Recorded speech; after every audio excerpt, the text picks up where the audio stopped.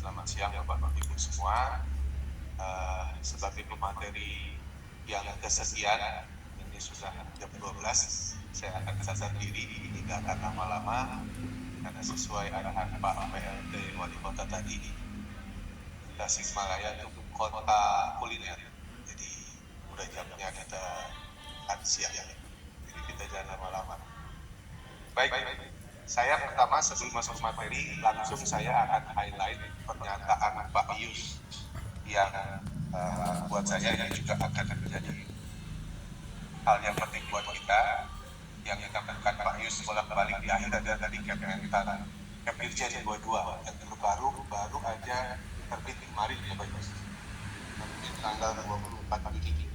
Tapi Pak Yus sudah menjabarkan dengan cukup lengkap sehingga menghemat waktu untuk presentasi kepada seluruh distributor dan dinas Jabar Banten. Jadi makasih Pak Yus. Karena kalau enggak kita akan bikin event lagi untuk sosialisasi Kementerian kedua. Nah, yang mau saya highlight adalah pernyataan Pak Yus bahwa teman-teman kios apa yang sudah ada di ibu alokasi masing-masing petani tidak usah lagi. Jika ada petani datang di posisi hari ini, Bapak, Ibu, akan kios ketika petani mau menebus semuanya alokasinya, silakan kita. Tidak ada lagi keraguan. Ini kalau sudah dinas provinsinya seterangan benderang ini menjelaskan aturan enak, luar biasa dan masih banyak kali. Jadi teman-teman kios, itu Pak Yus. Gak usah ragu-ragu, tebuskan aja semua. Dan Pak Yus sudah memberikan juga lampu kuning buat kita. Nanti ketika di level kecamatan yang alokasinya sudah mendekati limitnya, itu bisa dilakukan oleh alokasi antar kecamatan. Nggak cukup itu habis realokasi antar kabupatennya, Pak Yus sudah tunggu indikator siapa yang datang untuk kita relokasi selama itu masih di dalam kapasitas provinsi bisa dilakukan. Sekali lagi terima kasih Pak Yus. Ini terang-terang teman-teman kios, distributor, gandeng di dinasnya masing-masing di tiap kabupaten dan kota. Kemudian tugas di Ibu Indonesia statement ini jelas. Jadi tolong ketika sudah menjelang alokasinya habis ditebus petani dan masih ada petani yang nggak kebagian di kecamatan itu segera ajukan realokasi. Terima kasih Pak Yus. Baik, kita masuk ke materi. Ini juga nggak akan lama Bapak Ibu sekalian. Terima kasih Pupuk Indonesia sudah oleh Dinas Industri dan Perdagangan. Ini saatnya kita bergandingan tangan Pak kalau dengan Pak Yus, kemudian dengan perdagangan yang di pusat, izin di Bali, kami dengan Direktorat PKTN itu sering kita turun ke lapangan. Kami akan gandeng tim Bapak Ibu. Nah, itu juga dengan dari Indah dan Provinsi Jawa Barat. Next Pak. Baik, di slide ini saya coba menggambarkan produksi pupuk Indonesia itu 4 juta setahun dengan kenaikan alokasi dan ditetapkan oleh Kementerian Pertanian. Urea itu di sekitar angka 4,6, kemudian pegang 4,2 juta. Nah, kalau ureanya kalau Bapak lihat, maaf tulisannya agak kecil, karena itu produksi sampai 9,3 juta.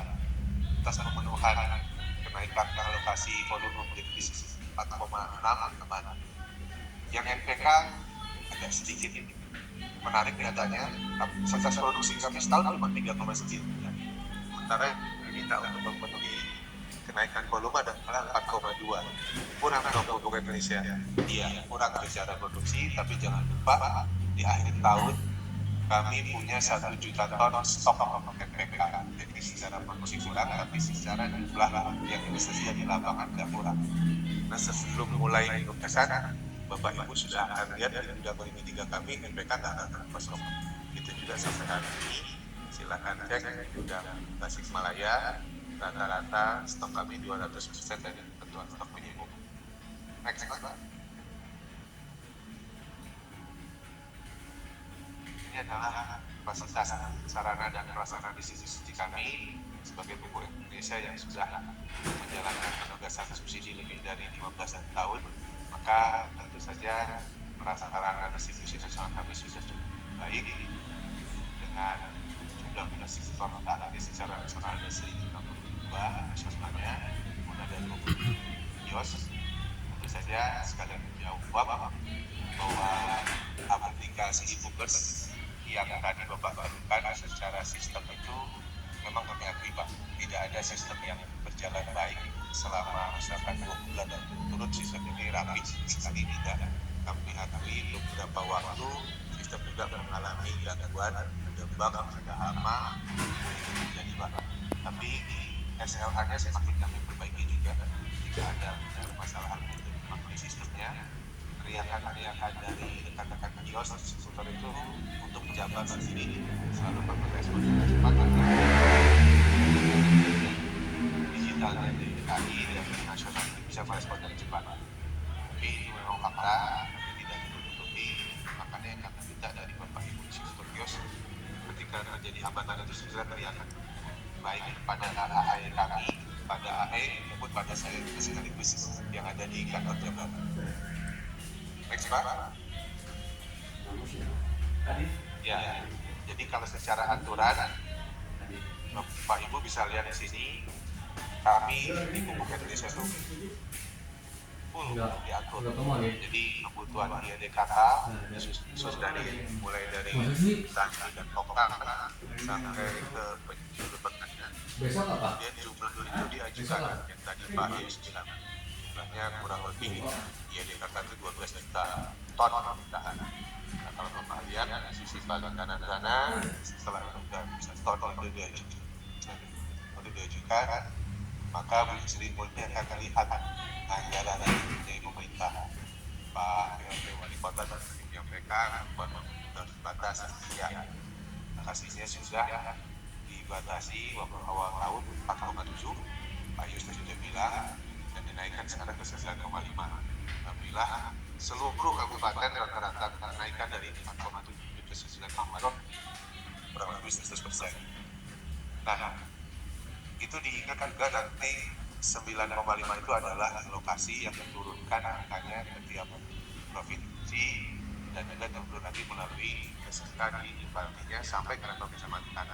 Kan tadi Pak Yus bilang angka di alokasi kecamatan itu ketika sudah menyentuh hampir mendekati ditembus di e-bookers langsung Pak distributor dinas untuk meminta supaya usulan realokasi antar kecamatan itu diberikan, bukan terhadap petani yang sudah habis alokasinya Pak Yus ya, tapi terhadap petani yang masih punya alokasi tapi belum bisa menembus. Apakah yang sudah punya alokasinya sudah selesai semua dia masih mungkin menebus? Pertanyaannya menarik, masih mungkin saja ketika nanti portalnya kembali dibuka ya Pak Yus dan Kementan Pusat dengan kebijakannya melihat bahwa masih ada gap yang bisa dinaikkan lagi untuk IADKK yang petani itu akan otomatis diizin oleh Jakarta juga. Nah, jadi selama patokannya Bapak Ibu ya, kami dari Indonesia sangat concern sini. Selama e-bookersnya punya alokasi yang masih bisa ditebus, tidak ada syarat tebus. Ini kata kunci yang saya mau highlight dari pernyataan. Kemudian di pendaknya di tengah, Bapak Ibu tadi juga sudah katakan jelas disampaikan oleh Pak Bandi. Nah, apakah Permendak ini sesuatu yang tidak bisa dirubah? Tidak. Sudah terbukti Kementerian Perdagangan itu sangat mengakomodir usulan kita. Permendak 4 ini direvisi terakhir tahun 2023 karena sebelumnya nomor 15 tahun 2013. Selama kurang lebih 10 tahun usulan-usulan dari Bapak Ibu kios distributor itu kita coba ubah, 2023 berhasil berubah. Apakah selesai? Tidak. Pupuk Indonesia sekarang sudah menyiapkan lagi konsep perubahan atas Permendak 4 tahun 2023. Salah satunya adalah kewenangan rayon itu diberikan 100% kepada Pupuk Indonesia untuk melihat wilayah-wilayah yang mana dengan mudah rayon itu diberikan kepada produsennya. Jadi jangan sampai Jabar nanti dengan rayon yang masih belum diberikan kepada Pupuk Indonesia pegang wilayah Lampung itu kejauhan. Dan itu juga sudah ada. Yang kedua apa? Pengurangan ketentuan stok minimum di lini 3. sekarang jumlahnya udah 200% semua. Kalau Bapak ini dari ketiga itu udah penuh-penuhnya nih. Nah ini menyebabkan apa? Biaya handling pupuk Indonesia terlalu tinggi sehingga HPP yang dibebankan kepada pemerintah juga kasihan. Demikian kita coba usulkan kepada pemerintah melalui Kemendak, aturannya jangan terlalu dibuat sesisi dua minggu, tapi dilihat lagi supaya HPP-nya tadi apa yang menjadi handling cost itu tidak menggunakan pemerintah. Kemudian juga bincang sosial tanah, kalau Bapak Ibu baca itu tidak detail seperti yang Kemendak 15. Sekarang hanya menyebutkan alasan sisi tanah. Ini tidak sebesar lagi khususnya kapan sih, karena sudah ada El Nino, Lanina, macam-macam yang siapa tahu khususnya bisa dibantu. Nah, kemudian yang usulan ADBI juga tuh untuk merapikan dan memberikan administratif yang lebih paten dari kiosnya, jadi usulan seperti model bank garansi itu juga bisa disampaikan. Nah itu menurut saya terima kasih Kementerian Perdagangan yang sudah membuktikan bahwa 2023 baru direvisi, 2024 sudah menawarkan lagi, silakan ada lagi kan revisi. Terima kasih. Nah, kemudian penyalurannya kita juga diatur oleh Kementerian itu dan Kemdirjen. Saya aja kemarin masih tulis Kemdirjen 07 Bapak, pasti baru bikin materi kemarin. Ternyata sorenya Kemdirjen nomor. Saya hampir sekali teman-teman dinas, teman-teman kios itu nggak pusing kayak gimana, yang namanya juknis itu udah berubah empat. Yang pertama aja mungkin belum khatam tapi yang keempat akan berubah. Kita mohon agar yang keempat ini ada hal-hal yang boleh berlaku surut Bapak Ibu. Contohnya adalah foto yang kalau di revisi pertama itu harus orang dengan produk. Nah, mudah-mudahan di revisi keempat ini bawah hanya doang, setengah badan juga boleh, nggak harus berdiri, itu bisa berlaku surut, sehingga apa yang terkoreksi di Januari, Februari, Maret karena petani nggak untuk dengan produknya itu terkoreksi, itu jadi boleh tidak dikoreksi. Ini nggak ada yang mau amin ini. Koreksinya banyak dari sekutor nih. Juga soiwannya. Jadi sekalian ke curcol yang Januari, Februari, Maret kan masih tinggi banget koreksi kita. Januari kita 500 ton, Februari 2.500 ton, Maret 2.800 ton, April 1.400 ton, Mei Pak udah marah-marah ke teman DPI turun ke 125 ton aja. Makasih ya, seputar. Nggak ada yang nggak mungkin kalau kita mau barang berubah, turun koreksi. Jadi 125 ton itu Mei, Juni ya 2 digit lah, 30 ton. Juli 0, karena udah makin terbiasa nih teman-teman kios menjalankan transaksinya dengan sesuai juknis. Dan ini semua diawasi oleh KP3. Nah KP3 itu juga kita dorong bahwa nanti di akhir slide supaya bisa mendapatkan anggaran yang jelas sehingga bisa mengawasi mulai dari provinsi dan kabupaten. Next Pak. Nah, ini adalah gambaran postur anggaran saja bahwa setelah kenaikan jadi 9,5 juta ton itu anggaran subsidinya menjadi 53 triliun. Kalau nanti perintah Pak Menteri, kalau tidak akan lagi kemungkinan ada terjadi penurunan dari 9,5 yang Indonesia. Mudah-mudahan kita aminkan bahwa volumenya itu 9,5 karena anggarannya dari anggarannya lah yang divolume. Ini juga terobosan Pak Mentan kita harapkan menjadi solusi buat pupuk Indonesia dinas dan sampai di next lagi Pak. Nah ini juga sudah sering menjadi materi yang disampaikan bahwa dalam menjalankan tata niaga satu-satunya penyaluran subsidi adalah pada Permendak 4 tahun 2023 mulai dari kontrak kita dengan Kementan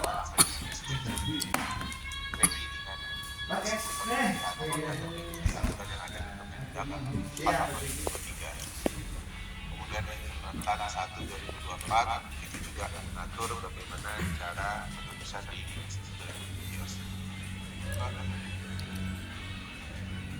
Oke, ini adalah sistemnya. Tadi saya bilang Ubers juga terus kami perbaiki sehingga menjadi aplikasi yang sangat bisa diandalkan untuk pemeriksaan bersubsidi.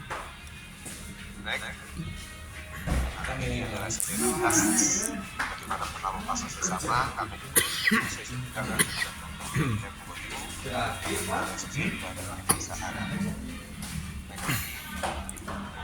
Nah, ini sinergitas yang secara nyata untuk Kemendak dan Dinas Indak Provinsi Jabar bahwa dengan pengalaman bertahun-tahun kami menyalurkan subsidi dengan segala temuannya dan pengawas yang mengawasi pupuk subsidi itu, kalau Bapak itu pakai jari ini 5 ini kurang banget. 5 ini kurang. Kita sebut saja Kemendak pengawas, Kemenkeu pengawas. Ini baru yang Kemenkemen ya. Kementan sudah pasti. Kemudian ada Kemenrin juga. Kemudian baru kita masuk ke Ombudsman Baris Krim, kemudian Satgas Pangan, Satgas Anti Korupsi, KPK, BPK, ini yang kurang. Jadi benar kata Pak Ius, baru juga kemarin didatengin, 3 hari lagi kok didatengin lagi di kios sama dinas, belum lagi sama WTS ya Pak, wartawan tanpa surat kabar. Nah kalau WTS-nya yang beneran datang bersama Bapak kan saya nggak lihat. Mau diajari ngobrol tuh, tapi menurut saya selama itu mengedukasi si wartawan apa surat kabar aturan kan sih sama Bapak. Tapi kalau dia ujungnya minta sesuatu ya bisa masuk daya. Nah, kami sangat menjaga para manajer yang sudah berjalan dengan aturannya nih Bapak Ibu sekalian. Makanya supaya kita tuh benar-benar bisa menghalau hal-hal yang menjadikan si temuan dan koreksi yang diciptakan atau menerbitkan buku ini bukan bisa sendiri Pak. Ada APK, ada BPK, ada Badan Pangan, ada juga Satgas Anti Korupsi. Mereka semua pengen ketika kios diperiksa oleh KPH standarnya sama. Jadi teman-teman Kemendak nanti kalau ke lapangan Pak, mungkin bisa juga nanya ke kios di Jawa Barat nih Pak, mana buku 31-nya nih, karena memang sudah kita serahkan ke kios. Kalau ada yang belum punya tunjuk tangan kios yang belum dikasih sama teman-teman petugas di belakang. Karena ini adalah kita menjaga. Sekarang sudah tidak lagi ditegur dengan hal yang normatif Pak, bahwa kami teguran 1, 2, 3, berhentikan jadi kios sudah. Tapi sudah kita lengkapi dengan aturan undang-undang. Kalau memang kios sudah diingatkan tapi masih melanggar aturan undang-undang dengan pendekatan pidana, konsekuensinya sudah pasti. Untuk Indonesia dan dalam pasal jawab kami membagi pengetahuan ini supaya di hadapan hukum kita semua sudah menjalankan tata cara penyaluran pupuk subsidi dengan sebenar-benarnya. Ini adalah pembinaan yang real yang dilakukan oleh PI bersama seluruh badan pengawas. Next Pak. Ya, upaya ini pasti semuanya sudah kami lihat. Kami melakukan pengawasan dengan tenaga masyarakat di lapangan, dengan digitalisasi, bekerja sama dengan APH, kemudian klausul sanksi perjanjian kerjasama dengan distributor, dengan kios pun kita bergegas. Lanjut Pak. Next slide aja. Nah ini ada pernyataan Pak Menteri yang mungkin juga beberapa waktu membuat teman-teman kios agak khawatir karena membahasakannya petani cukup menggunakan KTP untuk mendapatkan subsidi. Padahal kalau terjemahannya di bawah kita lihat kriterianya KTP itu. Petani harus bergabung tani dulu, terdaftar dalam YLKK, kemudian juga menjalankan kesahan di sekitar komoditas. Nah ini sesuatu yang awal-awal digaungkan dan cepat kita hadapi bersama masalah. Nah ini juga saya pikir sudah dijelaskan dengan mantap oleh Pak Dalius. Ini juga adalah mekanismenya di Jawa Barat tentu saja nggak ada kartu tani digital, tapi ini untuk pemahaman saja bahwa penembusan pupuk bersubsidi itu sebelumnya cukup banyak ya, ada 5. Ada kartu tani, ada kartu tani digital, ada e-boomers kemarin, ada rekan, ada e-boomers. Sekarang sudah disediakan menjadi 2 saja di Jabar, dan kartu tani pun hanya ada di kota ini dan di kota Garut. Oke Pak, saya pikir materi setelahnya adalah sama. Yus tadi sudah menyampaikan alokasi realisasinya sudah 33%. Kemudian hasil pembukaan portfolio di kata kemarin, alhamdulillah selama 2 minggu ya, dari tanggal 5 ke tanggal 18 itu saya summary aja, ada 36.000 petani. Terima kasih pada seluruh BPP di kecamatan atau di Tasikmalaya, organisasi yang mendorong dan kios petani-petani yang mau masuk baru, jumlahnya 36.000, luar biasa Pak untuk ini. Kemudian Gloria juga 14.000 ton tambahannya, siap-siap kios cadangan petani baru yang menembus, jangan ditolak Pak, tapi dikoordinasi dulu, dicetak di alokasinya. NPK naik 16.000 ton, dan organik yang produknya belum ada tapi sudah ada calon petaninya 16.000 ton. Ini yang maksudnya pertemuan ini kita sama-sama antisipasi untuk organik, kita siapkan betul peraturan dan ketetapannya. Itu saja dari Pupuk Indonesia. Terima kasih atas kesempatannya dan telah menyimak. Assalamualaikum warahmatullahi wabarakatuh.